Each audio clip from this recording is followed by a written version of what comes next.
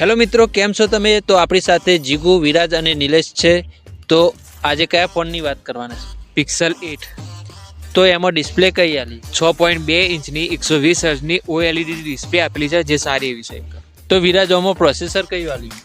આના અંદર ટેઝનનું G3 processor આપેલું હોય, જે 10 લાખ સુધીનું એન્ટ્યુટો સ્કોર કાઢે અને ગેમિંગમાં 60 FPS સુધીની સારી ગેમિંગ કરાય કે અને 90 FPSમાં લાંબા ટાઈમે થોડું હીટિંગ જોવા મળે. અને બેટરી આના અંદર 4575 mAhની આલી અને અંગા ચાર્જર નથી આવતું.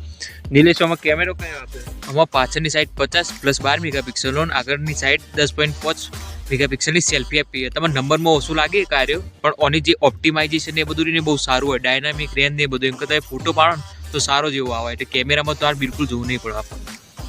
બરોબર. કેમેરો સારો આપ્યો, પ્રોસેસરમાં થોડું વીક પ્રાઇસ પ્રમાણે. અને વિરાજ, આમાં પ્રાઇસ ઉડે છે આપણને? પ્રાઇસ આની 48,000 બટ ડિસ્કાઉન્ટ લાગીને 46,000 પડે, બેંક ડિસ્કાઉન્ટ લાગીને. તો જિગ્નેશભાઈ, તમને આ ફોન કેવો લાગ્યો? નિલેશભાઈ, જે રીતે આપણે જાણ્યું કે 46,000નો ફોન છે, તો આમાં કેમેરો એકલો સારો છે. બીજું તમે પ્રોસેસર જુઓ, પ્રોસેસર કોઈ સારું નથી.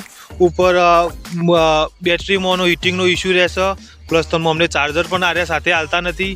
તો મારું માનો તો ફોન તમે ના લો તો સારું. તો મિત્રો, આવા જ વિડીયો જોવા માટે અમારી ચેનલને સબસ્ક્રાઈબ કરો, લાઈક કરો અને તમારા મિત્રો સાથે શેર કરવું ના ભૂલો. ટાટા.